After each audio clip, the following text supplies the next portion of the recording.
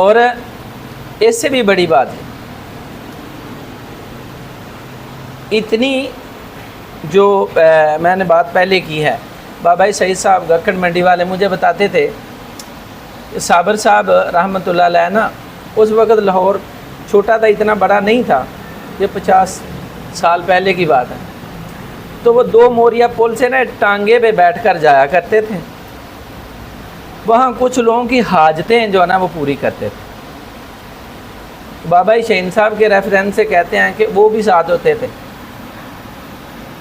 ایک جگہ پر وہ 1 روپیہ دیتے تھے، کوئی گھر والا تھا، ایک جگہ پہ 3 روپے دیتے تھے، اور ایک جگہ پہ 9 روپے دیتے تھے، ایک جگہ پہ 18 روپے دیتے تھے۔ بابا شہین صاحب کہتے ہیں کہ میں نے ایک دن پوچھ لیا، آپ ایک جیسے دے دیا کریں، تو آگے سے کہنے لگے بیٹا ان لوگوں کی ضرورتیں اتنی ہیں، اگر ضرورت سے زیادہ دے دوں گا، ایک تو یہ کل لیں گے نہیں، دوسرا گمراہ ہو جائیں، دوسرا یہ گمراہ ہو جائیں گے۔ آپ دیکھیں کہ وہ شخص جسے ہم صابر کہتے ہیں کس قدر احسان کو روبرو دیکھنے والے تھے۔ قوانین کی تب سمجھ آتی ہے جب بندہ احسان کے درجے پر پہنچ جاتا ہے،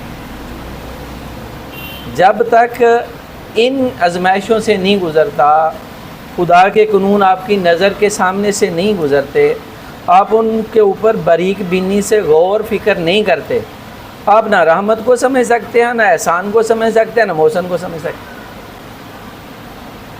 یعنی سادہ سی بات، ہم کہتے ہیں تحریک، تحلیل اور تسکین، یا لفظ آگے پیچھے کر لیں، تحریک میں کیا ہوتا ہے؟ تحریک کے اندر کیا ہوتا ہے؟ میں ایک سادہ سے اس کی ڈیفینیشن کرتا ہوں، میں سمجھتا ہوں جتنا میں نے پڑھا ہے۔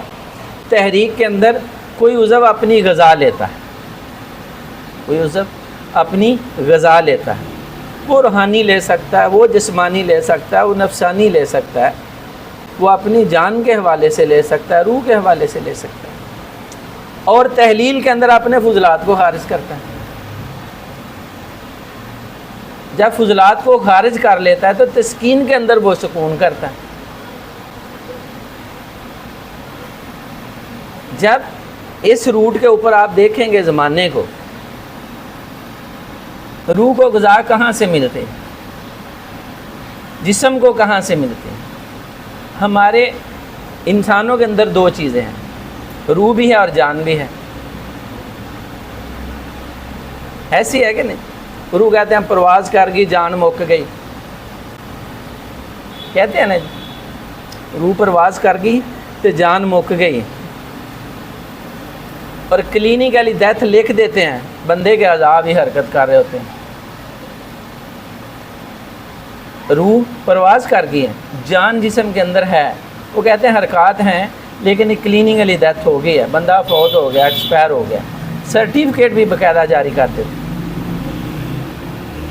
جب پوچھا جاتا ہے نا ہمارے پروفیسروں سے، ہم نے جب کبھی ایسا سوال کیا کہ اعضاء تو ابھی حرکت کرتے ہیں اور دل بھی جو ہے نا وہ بھی حرکت کرتا ہے، وہ محسوس ہو رہا ہے، تو آپ کیسے کہتے ہیں؟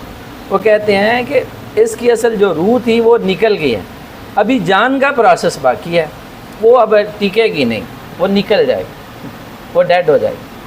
اور ایسے ہی ہوتا تھا، وہ کچھ دیر کے بعد بندہ مکمل ایکسپائر ہو جاتا تھا۔ یعنی جان جدا سے ایک چیز ہے، ایک قوت ہے، روح ایک جدا سے قوت ہے ہمارے جسم کے اندر۔ جب ہم ان سارے اصول کو ان کی اقدار کے اوپر سمجھیں، تو میں نے کہا کہ جو قریب لفظ ہے وہ مجرد اربع میں سے ہے۔ ہمارے اندر کیا اربع کون سی چیزیں؟ آگ، ہوا، پانی، مٹی ہے۔ قربت احسان کے لیے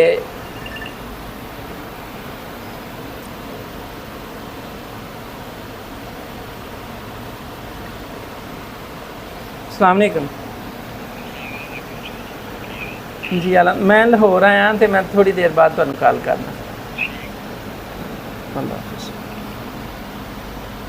ہمارے جسم کے اندر جو 4 چیزیں ہیں بڑی، آگ، ہوا، پانی، مٹی ہے نا، اور یقین جانو اس لفظ قریب کو آپ جب بھی دیکھیں گے اس کے اصل روٹ کی طرف جائیں گے تو آپ کو 4 حرفوں پہ یہ مفرد لفظ نظر آئے گا، 4 حرفوں پہ ایک لفظ نظر آئے گا۔ یہ بالکل اللہ نے انسان کی اناٹمی فزیالوجی کو بیان کر دیا ہے، انسان جو اپنے انسان کے اس جامع کے اندر کیسے ترقی کر سکتا ہے، اپنے علم کو کیسے وسعت دے سکتا ہے، اپنے جو اس کے تعین کردہ راستے ہیں ان میں غلط کیا ہے اور صحیح کیا ہے اس کو جانکاری کیسے لے سکتا ہے۔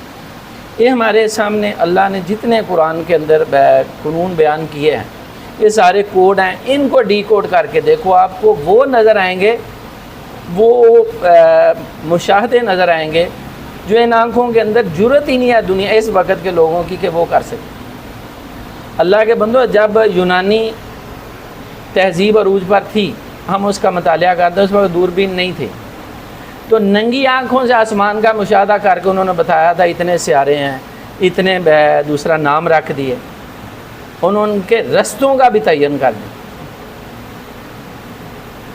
کیا فتوحات مکیہ کے اندر ابن العربی نے یہ لکھا ہوا ہے، میں نے خود پڑھا ہے، وہ کہتا ہے کہ میں نے سیر کی آسمانوں کی، ایک جگہ پر پہنچا، وہاں ایک سیارہ میں نے پایا جس کی زمین زعفران کی طرح تھی اور اس کے اوپر لوگ جو ہیں دودھ کی طرح بنے ہوئے رہ رہے، وہاں پر میں نے ایک نشان لگایا، میرے بعد آنے والے لوگ اس کو دیکھ کر پہچان لیں گے۔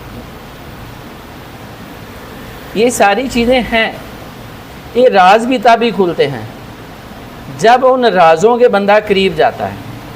یہ قرآن کے کوڈ جو ہیں تبھی ڈی کوڈ ہوتے ہیں جب آپ اس کو موسن بن کے اس درجے کے اندر پہنچ کے وہاں پر دوسرا سوال کریں گے، پھر آپ کو رحمت کی سمجھ آئے گی، رحمت سکینہ کی سمجھ آنا شروع ہو جائے گی۔ یہ قرآن کا چھوٹی سی کتاب ہے، اگر ہم اس بات کا جائزہ لیں، قائد اعظم ہماری زبان نہیں بولتا تھا، انگلش بولتا تھا، لوگ اس کی تقریر سننے کے لیے جاتے تھے، حالانکہ وہ اس کی زبان سمجھتے نہیں۔ اس کی لینگویج کو نہ سمجھنے والے لوگوں نے اس کے کہنے پر بیٹیاں بھی قربان کی، بیٹے بھی قربان کیے، اپنی جانوں کے نذرانے دیے، مال پیش کر دیے، سب کچھ ہوا۔ آپ تاریخ سے واقف ہیں پاکستان کی، ابھی 100 سال مکمل نہیں ہوا، قائد اعظم کو گالیاں دینے والے پیدا ہو گئے ہیں، علامہ اقبال کو گالیاں دینے والے لوگ پیدا ہو گئے ہیں۔ یار اتنی بڑی جامع کتاب ہے، 1400 سال ہو گئے ہیں، اتنا زمانہ بیت جانے کے باوجود اس میں تغیر نہیں، لوگوں کی نفرت نہیں، اس میں محبت ہر روز بڑھتی چلی جاتی ہے جیسے جیسے بندہ اس کو پڑھتا ہے۔ کیا زمانے کا تغیر چھوٹی سی بات ہے؟ وقت کا بدلنا چھوٹی سی بات ہے؟ 100 سال کے بعد جغرافیہ بدل جاتا ہے، لوگوں کا تو لوگوں کا معاملہ ہے نا، 100 سال کے بعد لوگوں کی سوچیں بدل جاتی ہیں، زمین کے مالک بدل جاتے ہیں، اتنا تغیر آتا ہے۔ تو اتنے زمانے بیت جانے کے بعد جو کتاب ابھی تک لوگوں کی محبوب کتاب ہے، اس میں آخر ایسا کیا ہے سوائے سچائی کے؟ اس میں ایسا کیا ہے جس کے پیچھے لوگ بھاگ رہے ہیں؟ اس کو کھول کھول کے دن رات کے وقت پڑھتے ہیں، اس میں سے سچائیاں ڈھونڈتے ہیں اور لوگوں کو ملتی ہیں، کیا نہیں ملتی؟ اس کا زندہ جاوید یہی معجزہ ہے کہ وقت اس کو ماند نہیں کر سکتا، وقت اس میں اس کے اوپر آ کر تغیر نہیں پیدا کر سکتا۔ سجالہ بھائی سمجھ رہے ہیں کہ نہیں؟ کوئی تغیر پیدا ہوا ہے؟ اتنا 1450 سال کا زمانہ بیت گیا ہے لکھی ہوئی کتاب کو۔ اور ایک بڑی مزیدار آپ استاد محترم بات کہوں، جب 1965 کی جنگ لگی ہے نا جی، یہ میں نے ایک آرمی والے صاحب ہیں ان سے یہ سنا تھا، سی او تھے وہ کہنے لگے کہ ماسکو کے اندر جب ہمارے ملک اکابرین گئے تو انہوں نے کہا کہ جنگ بندی کر لو، ہم آپ کو ایک ایسا تحفہ دیں گے جو جس ملک کے اندر ہوتا ہے وہ ٹوٹتا ہی نہیں، جب وہ نکل جائے تو وہ ٹوٹ جاتا ہے۔ تو بھٹو صاحب اور ایوب صاحب کہنے لگے کہ وہ کیا چیز ہے؟ کہنے لگے وہ قرآن پاک ہے جو حضرت عثمان نے لکھوائے، ان میں سے ایک کی کاپی ہے، وہ جب تک بنو امیہ کے پاس رہا تو ان کی حکومت نہیں ٹوٹی، بنو عباس کے پاس رہا تو ان کی حکومت نہیں ٹوٹی، پھر اس کے بعد سلجوقوں کے پاس چلا گیا تو ان کی حکومت کو کوئی زوال نہیں آیا، اس کے بعد ارطغرل کے خاندان میں آ گیا، 37 بادشاہ گزرے ہیں اس کی اولاد میں سے، خلافت عثمانیہ والے جو ہیں، تو ان کو بھی